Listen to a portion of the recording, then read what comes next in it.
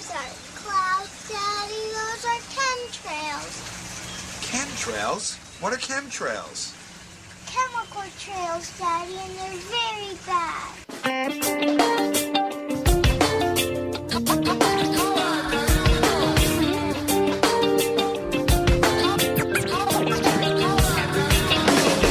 I look up to the sky. Can you tell me why? Can you tell me why? I don't wanna see you cry. I just wanna see you smile. Baby, I look up to the sky. Can you tell me why? Can you tell me why? I don't wanna see you die. I just wanna see you smile. Baby, look up in the sky and we can see clear. Blue skies are gold and white. Lines appear. Them say it's natural. Me now believe them. Them say it's vital. Then I listen to them. Something strange is going on. Feel it in my heart, sensing something strong. Gotta save the future, put the rumors to rest. Gotta help the children and give it our best can. Stand around and be blind to the fast can. Taking no more, how can we relax? I look up to the sky. Can you tell me why? Can you tell me why? I don't wanna see you cry. I just wanna see you smile. Baby, I look up to the sky. Can you tell me why? Can you tell me why? I don't wanna see you die. I just wanna see you smile. Baby, living on earth, we must respect the earth. Human and animal, we all deserve the right to peace and opportunity. Nowadays we are blind, we can't. Hi, this is Dane Wigington with GeoEngineeringWatch.org radio for the week of June 21st, 2014. The progression into insanity continues. I want to thank, I had to get off the air quickly if they're listening. I think you might have passed the audio in for Jan and Elizabeth's event in New Jersey, which I Skyped into this morning. I apologize I had to get off the air quickly because I had another conference that was ringing in at the same time, but my gratitude to everybody who attended that, George Barnes, Dr. Doug Levine, Russ Tanner, everybody who was a part of that. My most sincere gratitude for their help in trying to raise awareness. Lots of issues going on this week that are still progressing in the wrong direction. Media is still not telling us about any of it. In Fukushima, they're trying to build an ice wall, a subterranean ice wall. Never been done. Technology really doesn't exist for this, but they're trying anyway because they're simply grabbing at straws. This is an attempt to try to freeze subterranean strata in order to keep the constant flow of highly radioactive water from spewing into the Pacific, which is doing every day, hundreds of tons of water every single day. We have 3 full meltdowns in Fukushima. This is China syndrome times 3. This means that the cores have melted through the containment vessels. They're melting into the surface of the Earth right now. This has never happened before on planet Earth. Nobody really knows quite how to deal with this. The radiation is spewing every day. It's like 3 nuclear volcanoes. You have the mafia in Japan, the Japanese mafia, literally hijacking and shanghaiing derelicts, homeless people to work in this plant because none of the actual technicians will work there anymore. And we have, because of pride issues or an attempt to keep national security, because of some misperceived sense of honor, they are not disclosing this, and the international community is not helping. And again, no matter what else happens, Fukushima, which appears to be connected back to the same mechanisms that control the climate, i.e. HAARP, ionosphere heaters, that it appears played a part in that seismic activity that caused Fukushima. All of it's connected, everything is helping to bring the ship down, but Fukushima is something that bears watching from every direction, including the fuel pools. Now, when we look at the collective insanity from the spraying of our skies to the use of depleted uranium ammunition to nuclear power plants, which again, by the way, even though we have 3 reactors in full meltdown, we have a huge danger from the other 400-plus facilities around the globe. In spite of the already existing crisis, Obama just approved $6.5 billion to build some more new plants because I guess the danger's not horrific enough already. But we have the fuel pools, another sign of the immense insanity. Who in their right mind would build giant water-filled fuel pools 5 stories off the ground that contain enough toxic spent radioactive material to kill life on Earth dozens or perhaps hundreds of times over in a seismically sensitive zone. Who would do that? I mean, the level of insanity we face is immense, and I hear it so often from people who refuse to believe, just like Jesse Ventura now, apparently, that he couldn't believe that this could be going on because the power structure would never do this to themselves. How many examples do we need? How many do we need? The detonation of 2,000-plus nuclear bombs around the globe, the use of depleted uranium everywhere, nuclear power plants, and building radioactive fuel storage pools 5 stories off the ground in an earthquake-sensitive area. There's no end to the insanity we face, absolutely no end. The silvery white skies continue over the west. A lot of people in many regions, not just the west, mistakenly think if they don't see horizon-to-horizon trails, they're not spraying. This is not true. There's many applications for geoengineering depending on the weather conditions and depending on the goals. Over the west, when we see constant high pressure, absolutely constant, this is a apparent use of the programs to create heat in some cases, to increase the strength of the high pressure. And we actually see with metering increased UV levels when we see these short, bright trails that seem to dissipate, but the skies become ever more silvery white. Now, when this happens, and they saturate the atmosphere from the clouds to the ground, the silvery white haze goes from the sky all the way to the ground. And why would they do this? Well, if you have the atmosphere so saturated, the full air column so saturated, that blasting that air column in with radio frequency that would affect the polarity of these particles can, in theory, and we seem to see it happening on the ground, move the whole air mass. You can move the air mass this way or that way, depending on how you hit it with radio frequency. And when you hit it with radio frequency, it is literally like microwaving the sky. And that would create heat. As you expose these particles to those frequencies, just like in a microwave, it causes friction with the molecular movement that it triggers, creates heat. Dutch Sense did a good piece on this. He's right on target, I feel. Dutch has done some good work. Encourage people to look at what he's putting out, and I'm cautious about a lot of information that's out there right now. We're seeing coming from different sources that I simply don't know where they're coming from. An article I talked about last week, but as an example of this, again, I'm not sure where some of the independent news sites are coming from with putting out articles that seem to indicate they're about geoengineering and chemtrails, but then try to write off what we see in the sky as some natural consequence of dirty fuel, which is a lie, an absolute lie. So people need to be skeptical of their data, but Dutch Sense is putting out good data, in my opinion. The warming oceans, the oceans are warming at breakneck speed. Anybody who hasn't heard or hasn't looked, massive die-off still occurring along the North American west coast. The sea star, otherwise known as the starfish, is probably headed for very short-term extinction. In fact, it's spiraling out of control as we speak. Every species is literally dissolving. The oceans are warming, and the scientific community is still scratching their heads a bit, but how many combinations of factors do we have? We certainly have radioactive water. We have plankton die-off. We have warming water. We have water that's gassing with CH4, methane, and hydrogen sulfide.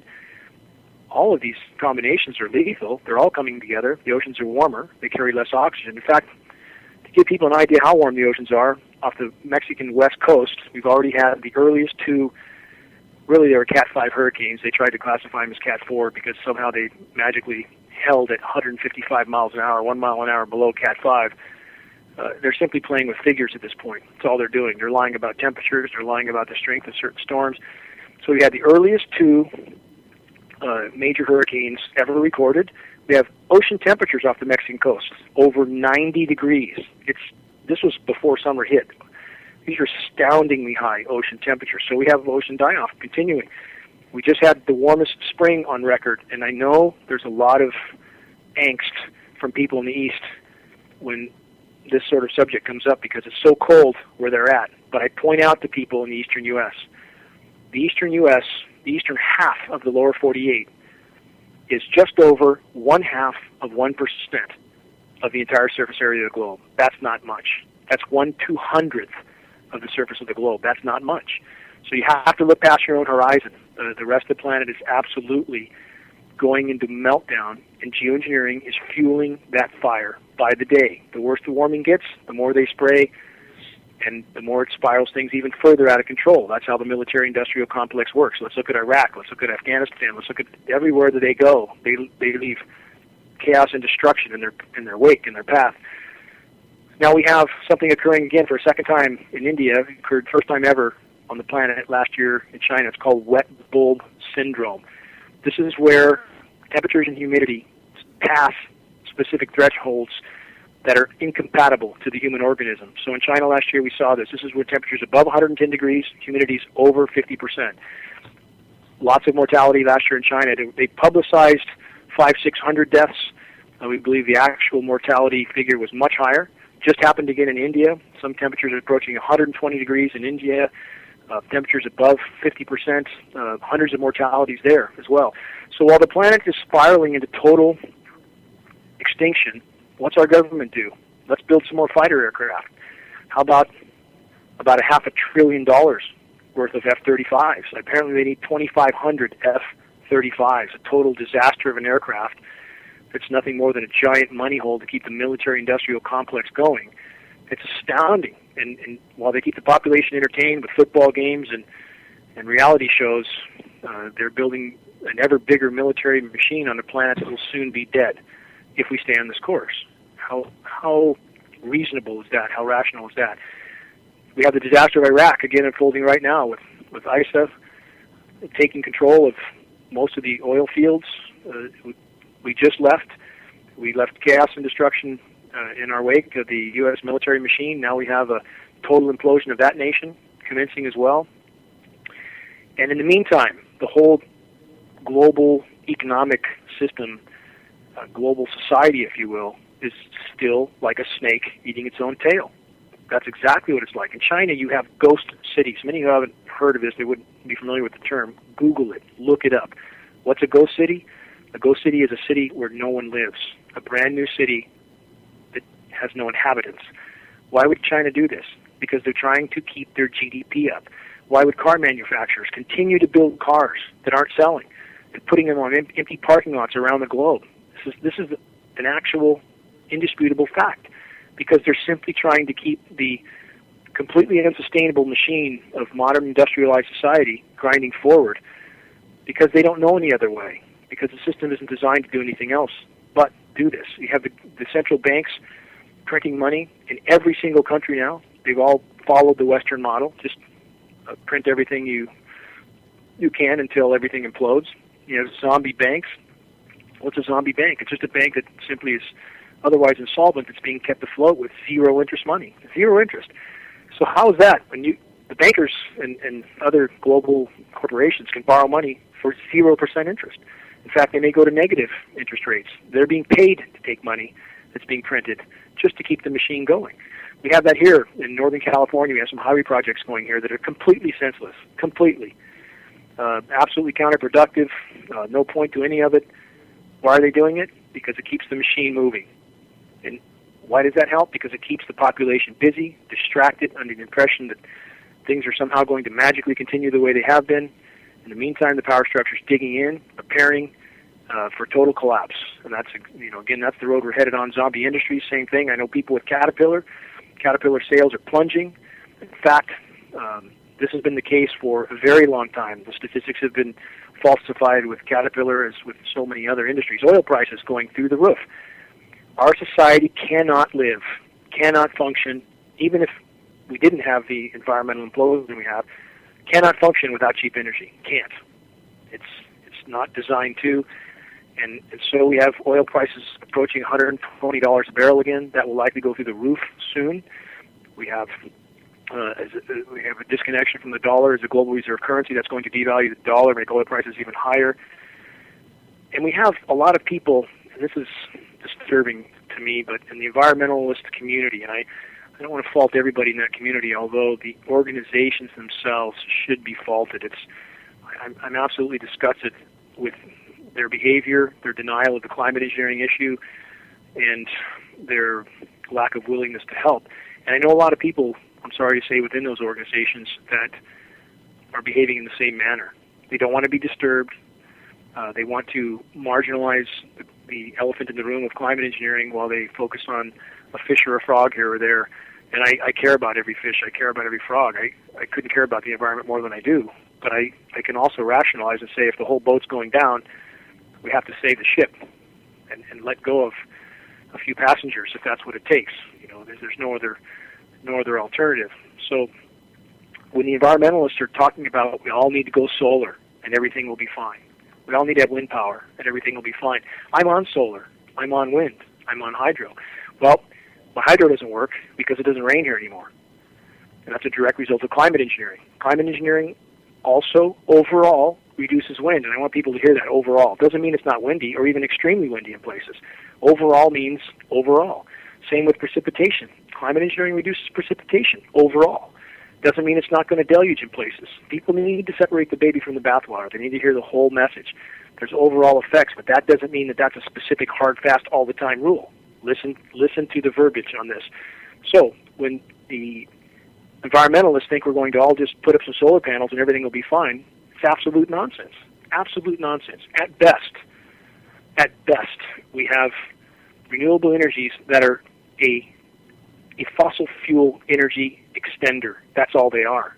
Because where do the environmentalists think that, and I don't mean to use the term too derogatorily, I mean, I care about the environment completely, but where do they think the energy comes from to build a solar panel? Where do they think the energy comes from to build a wind turbine? Do they think it doesn't take energy to build a wind turbine, which I can see out my window here on mountains 40 miles distant because they're 450 feet high, 45 stories high, solid steel structure filled with copper and all sorts of composite materials? Where do they think those materials came from, and how do they think those materials were transported? From fossil fuels. So again, the notion that slapping up some renewables is going to save us is a very naive notion. The power structure is increasingly desperate. The behavior all over the globe is indicative of that. We have increased militarization of the U.S. Right in front of the faces of the population, which apparently still doesn't seem to want to come out of their apathetic state. The biosphere is imploding. Again, sixth great mass extinction. Societal implosion will certainly ensue if the fish don't live, the trees don't live, the bugs don't live. We're certainly not going to live. And again, the geoengineering is the epitome of this, that we could live in a society where something like this can occur above our heads and there can still be a debate about it. This is astounding. I mean, a very tenacious debate. We can have people like Jesse Ventura and Ken Caldera.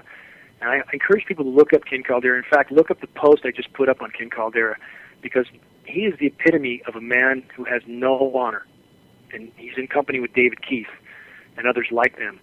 And I hope people contact Ken Caldera and David Keith. Let them know what you think. I posted Caldera's personal email. I've had exchanges with Caldera, and his irrationality, his self-centered perspectives are so incredibly clear. I don't know what makes people like that tick. I truly don't know. But I hope that people let them know what they think about standing up on national TV and telling the population that what we see happening with our own eyes isn't happening. How can we accept that? That our children aren't being poisoned when they are. And people like this should be called out. And Jesse Ventura should do a serious check of his own honor. I have no idea what prompted him to do this. I don't care whether he was threatened. I don't care what his motives were. What he has done to put literally one of the criminals as a source of proof as to why climate engineering wasn't happening. Of course, I think he just used the term chemtrails. They usually, when you see any kind of disinformation piece, that's the only term they use because they don't want anybody to actually Google science. So bottom line, it comes down to all of us. It's up to all of us. But the geoengineering disinformation machine is in high gear because we're making progress, because it's getting hard to hide these programs, because the power structure is getting more desperate. It's up to all of us, to engage in this objectively, constructively, and effectively, to get the word out fast as the climate implodes. And it is imploding, absolutely imploding. Geoengineering is tearing the climate system apart. So, Richard, are you with us? I think I'm here, yeah. Sorry for that long monologue, but, you reach a point where you've had enough. I mean, I've been at that point for 12 years, but the apathy of society right now is absolutely astounding. And yet those activists that are engaged, and immensely grateful to all of them who are completely engaged. I don't want them to lose heart, and I hope they use their anger, the same anger I feel and use for fuel. I hope activists use that for fuel as well, that even at this late hour when it feels sometimes completely frustrating and futile to press on, we must press on and know that the seeds we are planting will sprout because of conditions on the ground that will soon be so horrific there will be no ignoring this issue, and the more seeds we planted, the greater the critical mass of awakening will be, and it will happen much quicker than people think. Once we reach the tipping point of awareness, the 100th monkey, if you will, it happens very quickly. Yes? Yeah, absolutely, and I appreciate the monologue. I thought it was great because you brought up so many points that I really think are strong and important, and many of them could use, the whole radio show in just the first introductory part in getting into any detail. So, I appreciate everything that you brought up. Don't know where to even start to respond because there's so much. Well, what are your thoughts on, again, we see, Russ, are you there with us too, by the way? Yeah, I'm here. Can you hear me all right? I hear you pretty good now. Well, good. Russ, okay. Good. I'm here in Brunswick, New Jersey. We just had this event. We've got a few people here that stayed after the event to hear the show. So we're still hanging out here. So overall, things went well there, sounds like. Again, my highest regard to Jan and Elizabeth for putting that show together, and George for helping, and it's that kind of pulling together that matters. So again, my deepest gratitude to everybody there. And it's even though there's a few of us right now, and I wish there were more, there's enough that if we work together, we can sow enough seeds to wake people up. And the desperation of the power structure, Richard, we see incredibly desperate moves being made right now. Would you not agree? Yeah, but remember, Dane, I also see different levels of motivation throughout the power structure from the bottom to the top. I don't see it as a monolithic entity with the same motives. Nor do I, but what do you think about, for example, what's happening in Iraq right now? I mean, in what frame can that be seen as something the power structure wanted to have happen? The loss of control of the oil fields, which would have appeared to have been a primary reason why they invaded the country to begin with. What are your thoughts on that? I think it's all going exactly according to plan, and they're quite happy with it. Do you think they wanted to lose control of the oil fields? No, that's a limited view of what's happening. The U.S. and NATO actually trained this ISIS group to do exactly what they're doing. So they're just getting their test run now to take over a country. And, the U.S. losing control, it's not about the U.S. per se, it's about the global consolidated power structure, and they're not losing control of anything from that perspective. If you look at it just as companies that are labeled as U.S., it looks completely different than if you take step back and take a higher view. Well, I would agree with you halfway, in that certainly we know the U.S. has trained the Taliban. They're helping the Taliban right now in Syria, and chaos certainly makes some of their plans easier. But I would argue that when you do those kinds of things, when you are so haphazard and precarious about things that you carry out, like the Japanese earthquake, which, again, if one looks at the data, it's hard to argue that the ionosphere heaters of the globe were not connected to that. We have even MIT stating on the record that the atmosphere was incredibly anomalously warm for very extended times, right above the epicenter. I mean, 2 and 2 equals 4 here, and it sure looks like the power structure in their ionosphere heater network helped to trigger that quake, as astounding as that may be to some people. The science exists. So in doing that, and again, according to General Bert Stubblebine, who I've communicated with, and his wife, Rima, this is what his sources say as well, that they did intend to trigger the quake, but not Fukushima. If we look at Fukushima alone, if that was a part of their plan, we're dealing with an even deeper form of psychosis than is imaginable. If they intended to cause a potentially life-ending event on the planet. Bert and Rima are friends of mine, and I really I know you know them much better than me. I'm sorry. Respect them a lot, but I disagree with Bert on that issue. I think it was intentional to cause Fukushima. There's no way that could have been overlooked as a consequence. I don't buy the idea that these people are acting haphazardly at all. But how do you control, if you trigger a quake, how do you control the magnitude of that quake? You can't really, if you start an avalanche, you can't really tell how big that avalanche is going to be until it starts. Yeah, I don't know the degree of precision they have in those calculations, but I do know that if they cared at all about preserving the planet and especially the northern hemisphere from the results of widespread radiation, they wouldn't be signing up to build more plants right now. I mean, you really need to understand that. They are intentionally, through their puppet Obama, who's a horrible person, but he's not making these decisions by himself. If they're building more plants in the wake of that, and knowing that all the plants in the U.S. are already leaking, they're not trying to minimize radiation for the planet. There's no question about that. I don't know. I would wrangle with you on that one, because I know a lot of people who are seemingly intelligent. Some have PhDs, and some make the same mistakes over and over and over again. Well, I would, I'm in the process of obtaining a PhD myself because it's necessary for some of the things I want to do, not because of anything I'm being instructed in the process, but I know that most of the PhDs that I know are much less aware, conscious, and able to think clearly than people without higher education. And it's astounding that I've really seen it. If it was meant to be, then we somehow then wrap into this that every single PhD is aware of what's going on and part of this cabal, part of the willful decision to destroy the planet by... No, I'm not saying that at all. I'm not saying that at all. I certainly never said that every PhD is aware of all these things. What I just now said... But then they're not speaking up. We know they're not speaking up. Well, no, it's not just that. It's that they're not aware. Most of the PhDs that I know are so compartmentalized in their knowledge, they don't have a picture of the real larger context at all. I would argue the whole power structure to some degree has that ailment, that you have, it's like a cancer, and each cell is doing its part. And even with the core of the power structure, there's still separate spokes to the wheel. And right. There are, but those are not the high levels. Those are just. I'm talking about the high level, though. I'm talking about at the highest level, even within the core group of whatever it is. If it's 100, 200, I don't know. But okay. Even at the core level, that I would argue that there is still certain branches of that are supposed to take care of one part of the global insanity. Another branch takes care of another part of the global insanity.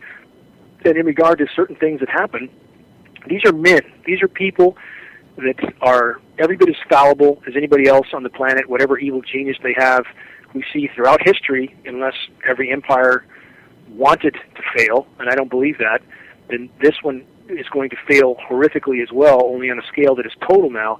And I just don't feel that, I don't see any data that makes me believe that all these moves, which amount to, again, in many senses, whack-a-mole of whatever crisis they created, and there's planning behind some of it. I don't argue that. Some of the chaos, some of the the training of the ISIS group and the Taliban, that there's intentional chaos created for certain reasons in certain places at certain times.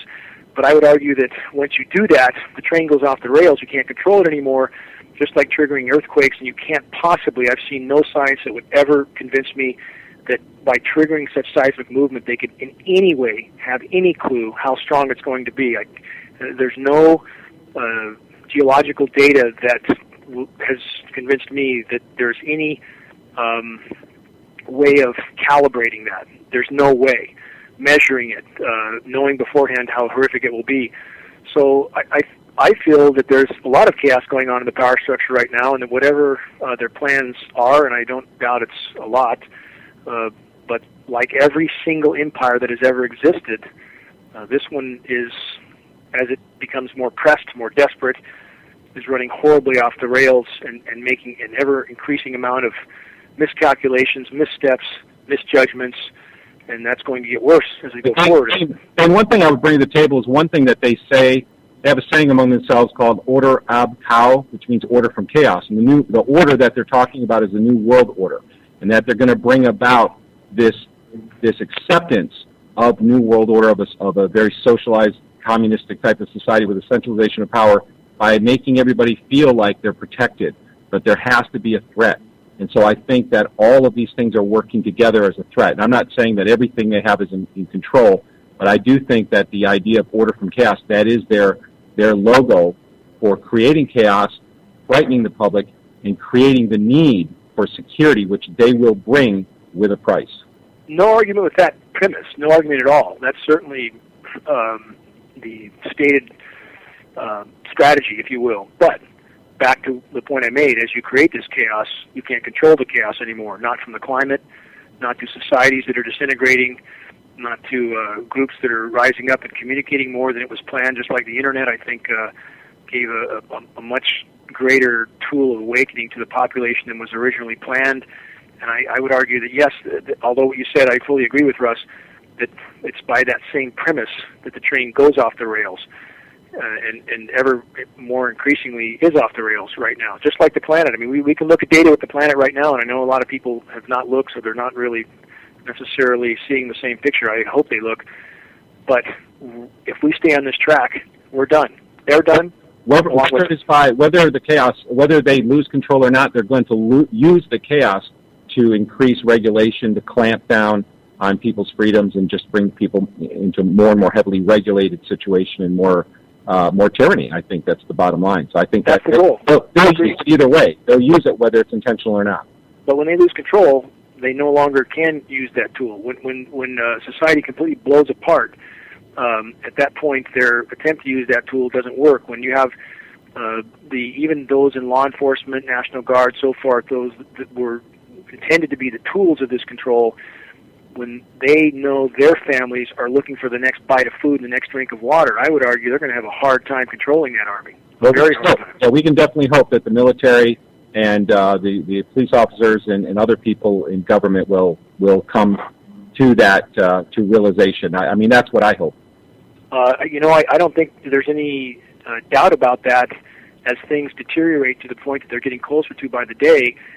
If you have a conscript in your army who knows his family is starving to death back home, it's going to be hard to control that man. Same thing happened in a lot of wars where you had those marching in the army realizing their families were dying somewhere else, and they're pretty hard to control at that point. So, Russ, before I forget, can you give the call-in number? Yeah, give me a second. Yeah, give me a second to pull it up, and I'll give it to you. Hold on. If we have any means of doing that from where you're at right now. I'll look it up. Go ahead. I'll look it up and give it out. I have some people here that I think have some questions, so when you're ready, just let me know. Ready whenever. No problem. Richard, Liz, I think we have Liz here who would like to. Liz, did you have something? Please. Yeah, here we go, Dane. I know. About why they spray themselves? Is that what it was? No, not even that, but more like, come over the mic so people can hear you. More like the congressional leaders. I'd like to talk about that because that's really, really important. What we need to do is, it's like safety in numbers, as we say. We really need to get more people joined in committees, and that's another reason that Jan and I decided that we wanted to have this event, in addition to raising awareness and having a great question and answer speaker panel. By the way, it went very well, and thank you all. We just would like to note that I hear so much, what good is it going to do? They don't answer you, or they'll send you a generic letter. Well, it does do good. The problem that we have is that they hope you go away. They hope that you give up, and they figure you are going to give up or you're not going to bother. It is not a waste of time. What you have to realize is that when you form committees and you have people together, and there's more than just one person writing to your congressional leader, going to your state senators, and asking for an outright EPA full investigation and disclosure to these programs. It's so important, and I can't stress it enough because we just keep hearing the same thing. Oh, they're not going to listen. Yes, they are. And I will say that, and Dane, you know this better than anybody, when we went out and we just were persistent and we continued to for months, literally, it is a lot of work to continue the cause on calling and following up with email, which we did. But when you do this, it does raise a red flag to them, like, oh my God, they're not going away. And I've seen more results from literally continuing on this venture of letting them know, like you said, Dane, many times, let them know that we know that they know. And that, I think that goes on the principle of government will serve who it fears. If it fears their employers, it will serve their employees. When it begins to fear the people, it will begin to serve the people. I think there's another factor here that Richard has so perfectly outlined in the past, and I think this is an even bigger factor than everything of what both of you have said, Russ and Elizabeth, is accurate, but I think Richard stated something a number of times in the past on previous shows that's very accurate here, is that these people think they're on the inside. They think they're in the inner circle. They are not. And as you guys plant the seeds you plant, and it does matter, Elizabeth, I fully agree with you, as you plant those seeds, and as these people realize, as Richard correctly said so many times, as these people realize they are not on the inside, that they are cannon fodder with the rest of us, then at some point they may find a shred of their courage left. Richard, I mean, certainly with all these senators, representatives, they're not on the inside by any means, yes? And would you agree that they hold a certain positions thinking they're on the inner circle? When they find out they're not, they may sing a different tune? Yeah, I think that's very accurate. I don't think they're anywhere near the powerful levels of the structure. And if they get out of line, the people above them are going to show them that right away. So there's certainly, a possibility of showing them that they've been totally deceived to think that there's a reason they want to ignore everybody. It's not only because they're stupid, although a lot of them, unfortunately, are pretty dense, but the main reason is because they're working consciously for a power structure that intends to do us harm and to get rid of most of us. And if they realize, like Dane says, that they're scheduled to be deleted as soon as their usefulness is done, if they really get that understanding, it's not going to just be one issue that we can convince them on. They're going to change sides, and that's the kind of time-saving understanding that we need to get, because if it's one slow issue at a time, like Dane said, we're probably already beyond a point where things are not going to get pleasant for us in the near future, and we need to do things that are more efficient if we can. We have to, and also an example of this, of what you just said, Richard, and when people in this group of representatives and senators don't toe the line for the power structure, what happens? They die. And a very, very glaring example of that we have is Paul Wellstone. For anyone who remember Senator Wellstone, he was a stand-up man. He was not going along with the power structure. 3 days before a critical vote, of which his vote was the most critical aspect of, his whole family was taken out. The plane's electronics were disabled with a pulse beam upon landing. And it was common knowledge on the Hill, according to a number of sources, that Wellstone was taken out. It's too much of a, quote, coincidence. The plane, right upon landing, was completely disabled. All the electronics went down in a ball of fire. And that's how the game is played. When you step out of line, even like, let's look at Matt Simmons, the world's foremost independent authority on undersea drilling, when he went on CNN and said what they did not want him to say. And for those who don't know who Matthew Simmons is, he's worth Googling. He was an exceptional individual. He was put on CNN when they supposedly had capped the Macondo well in the Gulf of Mexico. Matthew went on and said the well's not capped, the seafloor is heaving, there's leaks everywhere, they're trying to hide it. Dead the next night. Found dead in his pool the next night. How many examples do we need? I mean, we're dealing with the most unimaginable cancer that permeates an entire civilized society in every country. While the people have enjoyed the party, if you will, the party's over. The party's over. If you drive a motorhome out in the middle of the desert with enough propane for your propane refrigerator and a refrigerator full of food, you can party for a while. But if you're stuck out there, when the food runs out, you're done. There are people, Dane, like James Tropicon, who tried to shut down the IRS and ended up getting framed for fraud. And he talks openly about it now. He's from Ohio, Ashtabula County, Ohio. And he talks openly about being framed because he was introducing legislation to actually shut down the IRS. There you go. And let's look at Aaron Russo, who did an excellent film From Freedom to Fascism, and he died under strange circumstances. Let's look at Dennis Kucinich, who tried to introduce legislation on climate engineering, and his brother died under extremely suspicious circumstances right at that time, and Kucinich backed off of the whole thing. So the bottom line is right now, with a cancer doesn't consider the fact that it's killing its hosts. It just simply lives to proliferate. And that's what we have in the military-industrial complex. I mean, really, while the whole planet is sinking into total extinction. They need 2,500 more F-35 fighter jets. Really? Yeah, and I would support you, Dane, that is the mentality at those lower mid-levels where they have control over massive amounts of money. All they think about is how much fun they're going to have living a very, very high lifestyle, flying all over the world in private jets and spending billions of dollars. They really, most of them that I know about, don't think beyond that level. And even if we go to the top, I don't care if we're talking about any particular Rockefeller, any particular Rothschilds.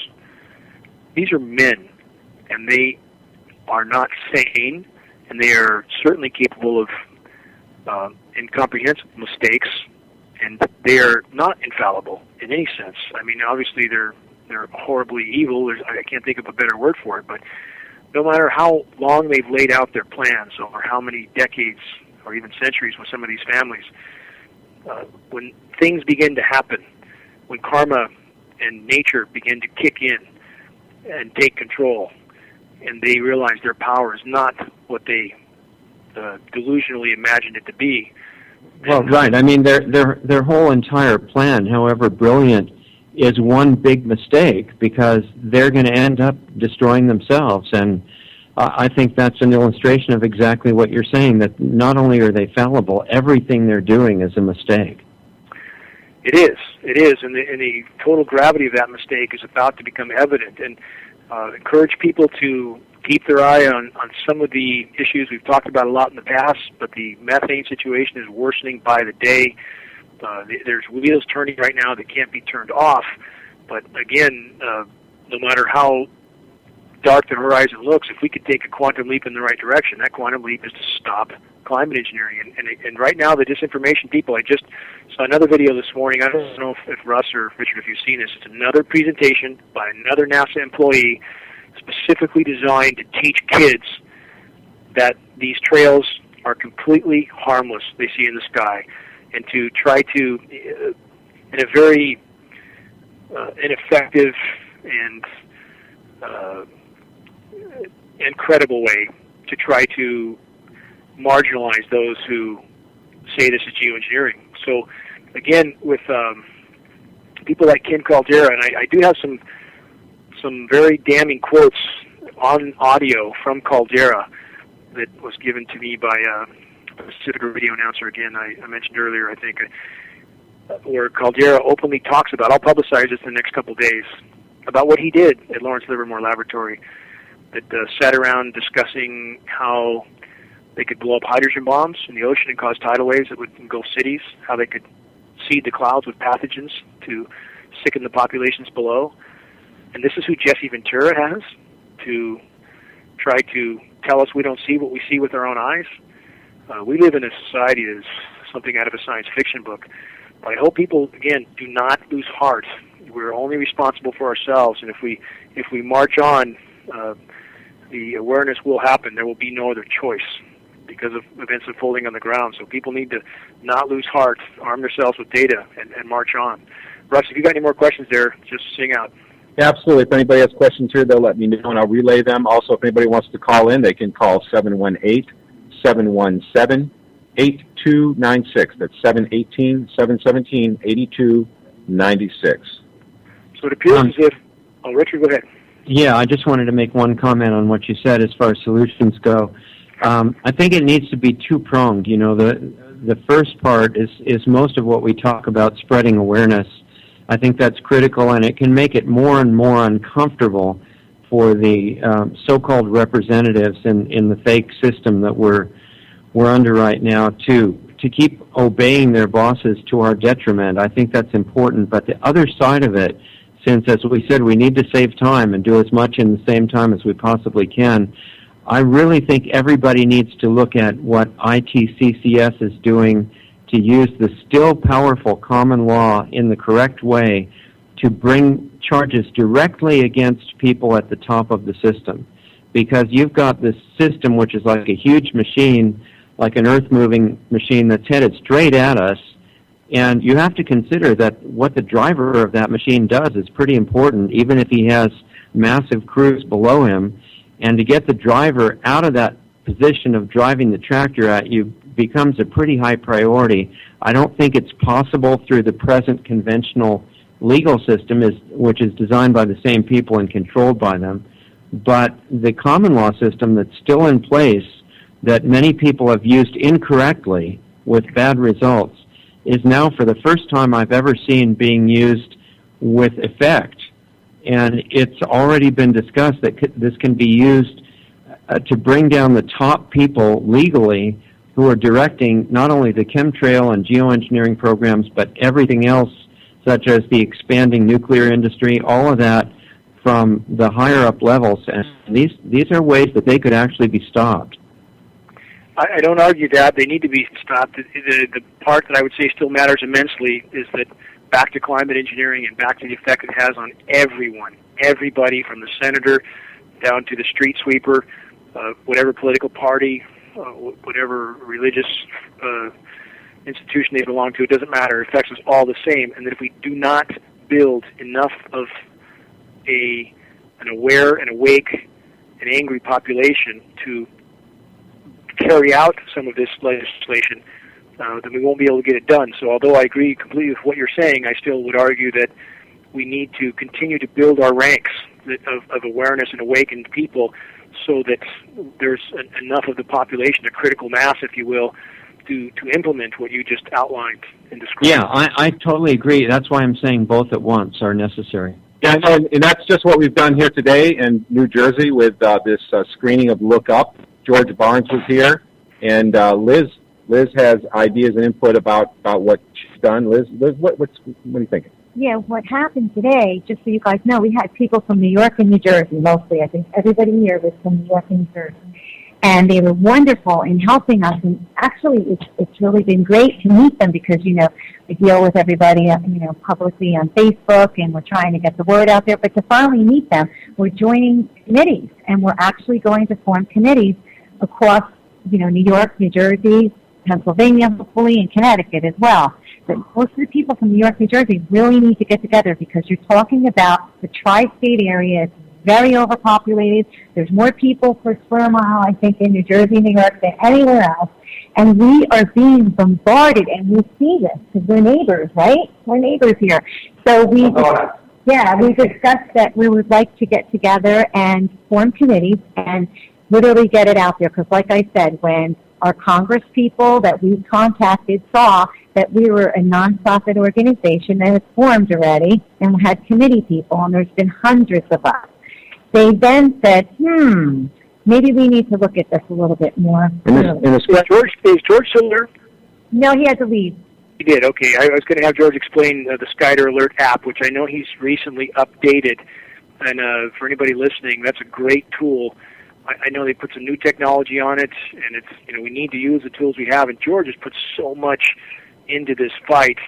He's really devoted a lot of time and a lot of resources that most people are not willing to do. I mean, especially people in his industry. I haven't seen a lot of them really contributing to the common good. George is doing a tremendous amount at it. So, Dane, it's getting easier and easier because the spraying is so obvious. Liz, I mean, haven't you seen them just going crazy here lately? Yesterday was unbelievable. I was getting people on Facebook literally sending me private messages and pictures and videos and posting it on our Chemtrails New Jersey page and saying, this is the worst day I have ever seen. I mean, it was white, black, pink blobs hanging, and then by sunset, it was like this chemical, different color. There was a chembo. Everybody in New York, New Jersey, Connecticut, and Pennsylvania saw this chembo and this black crap literally hanging from the sky, and it was low, and it was in front of you, and completely big blobs. And last Sunday, too, Father's Day, it was one of the worst days. They're becoming so obvious. It's like they don't care. They want everybody to see it. What is it going to take for everybody to? No, it looks like that there, but here it's quite the opposite. And I don't deny. I'm glad that it's so obvious there. Here they appear to be making an effort to try to be more covert still. In some areas and some applications, they just can't. They just go for it. And we see that here, too, and they seem to not care on those days, of course, about anybody seeing it. But we're actually seeing here, as recently as 2 days ago, they are shutting on and off as they go over whatever they built up already in the sky, literally very clearly obvious that they're intentionally shutting down the spraying as they start to come out into open air again. It is so compellingly obvious. So we're seeing here the short, bright trails. They're not doing the horizon, and then it has bamboozled certain people who think they're not spraying. Apparently, who think the sky should be silvery white, and that they think if they don't see a horizon trail, they're not spraying. So I'm glad they're so obvious where you're at, Liz, because that'll wake people up. And as it's waking people up, that's why we see the pushback. That's why we see people like Jesse Ventura apparently joining sides with the power structure and with Ken Caldera, who we all need to try to help expose and email these people and let them know what we think. But and what about all the TV news shows that's been coming out in the last couple months saying, wouldn't it be nice if we could control the weather someday in the future?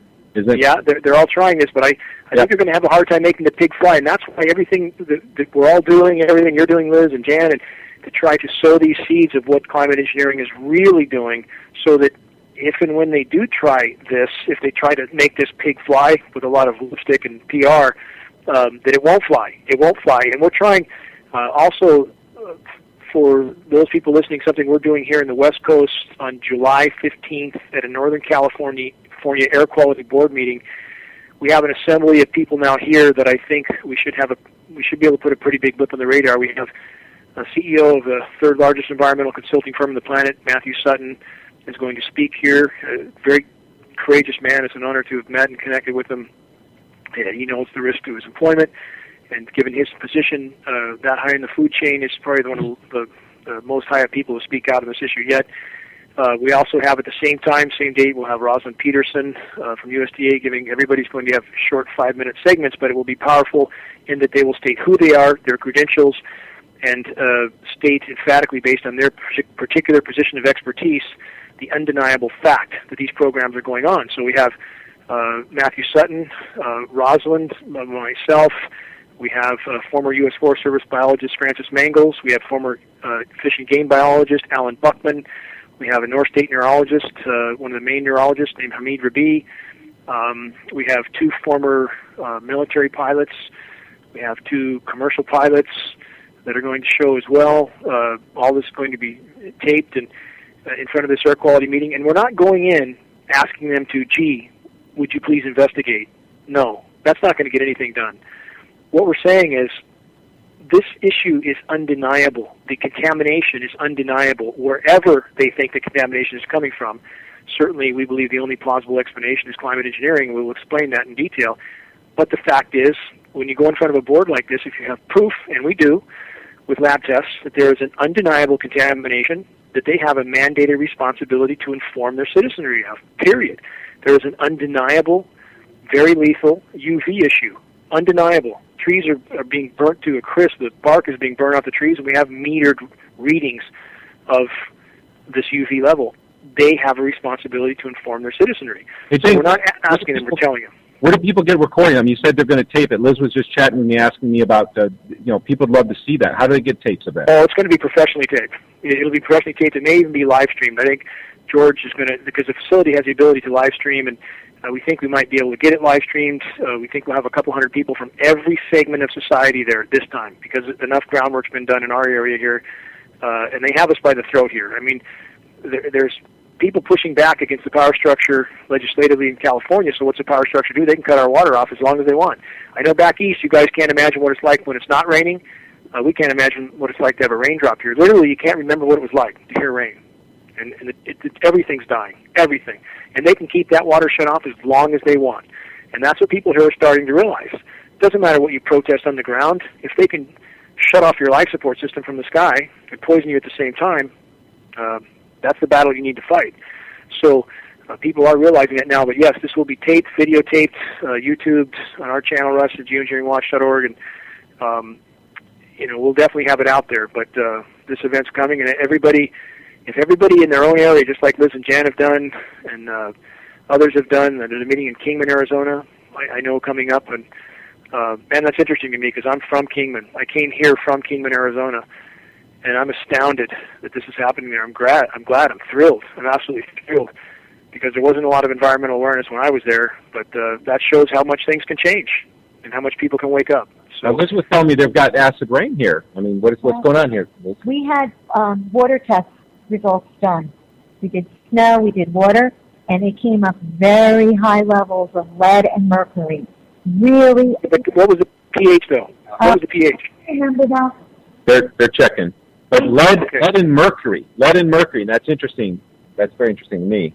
Well, two things to consider with that. One, lead can be used for an artificial ice nucleating agent. I mean, it's in some of the patent research. So who knows with that? Mercury, well, we know that can be a few things because coal consumption has gone up 44% in the last 2-3 years. This is, because the energy situation, although a lot of people have convinced themselves there's oil everywhere and we're swimming in it, it's not true. It's absolutely a lie. The coal consumption is off the charts. A lot of mercury enters the atmosphere from coal. So, again... one of the things about mercury is we actually did a study. My business did a study when we were in Jamestown because there's a coal-burning power plant in downtown Jamestown, and the government refuses to put scrubbers on it, which would remove 99.9% of the mercury. But what we found in this study, it wasn't our study, but we bought a study for like $35 from one of these places, is that mercury deposition from a power plant is shaped like a teardrop, and the largest part of the teardrop is down prevailing wind, and it usually stretches about 12 to 14 miles, in measurable, and then it kind of becomes unmeasurable after that. So I know that, mercury vapor can travel a ways, but it seems like the vast majority of it really does deposit within 12 to 14 miles at the longest point. And it's interesting to me that I started finding mercury in my air filter test that I did. George Barnes now has found mercury in his water test. So, and there have been stories back in the late 2000s that mercury's appearing in the soil suddenly all over the United States, and I was very suspicious of that because the government says, "Oh, it's coming from China." But I mean, can mercury vapor really travel over the sea?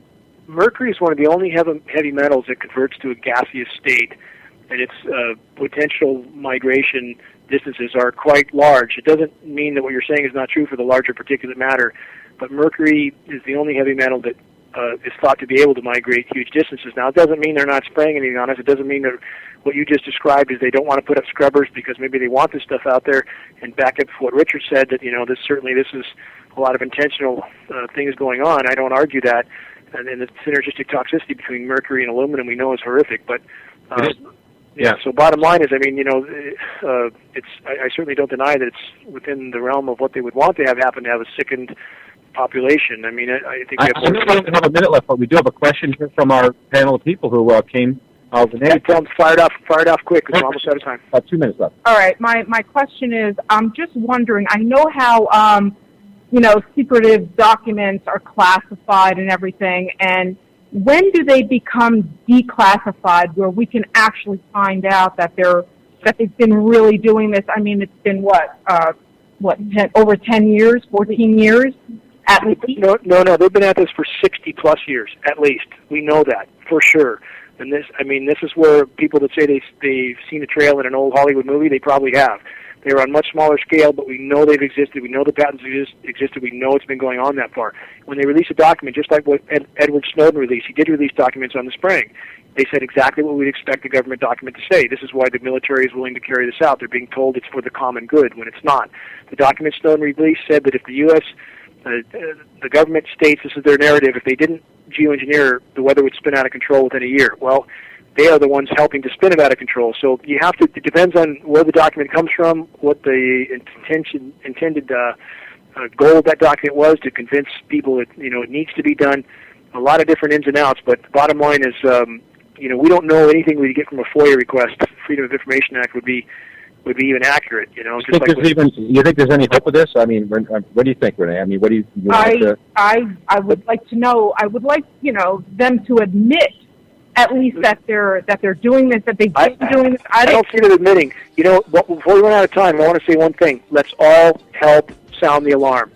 Credible information, start spot fires of awareness everywhere. Russ, you want to finish off? Billboard. All right. Well, this is GeoEngineering Watch Radio. We're on every weekday, every Saturday, that is, at 3 p.m. Eastern Time, 12 noon at ucy.tv. This is Russ Tanner on behalf of Dane Wigington and Richard Sachs. We'll see you next week on GeoEngineering Watch Radio.